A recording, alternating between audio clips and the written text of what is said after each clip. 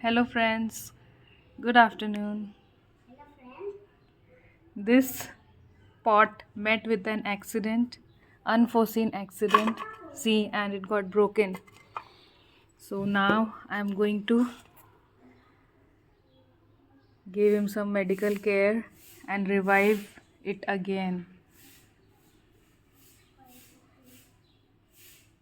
These little plants were blooming very, very beautifully. I was about to give them a shape, but before that only it got broken and accidentally this happened. So the plant was showing a very steady growth. So yesterday I brought a new plastic vase so that next time he will be safe, and I'm going to fill it. So nearby we have a shop, the store where he sells daily items, groceries.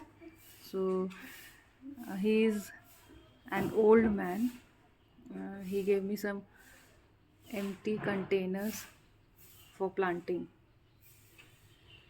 So it is not that I only use best out of waste for planting for my garden, but I also purchase very costly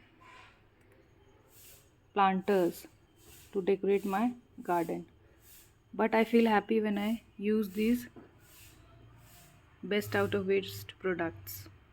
So here I am in the process of plantation, repotting this pot and making it beautiful. I will show you the final view after some time.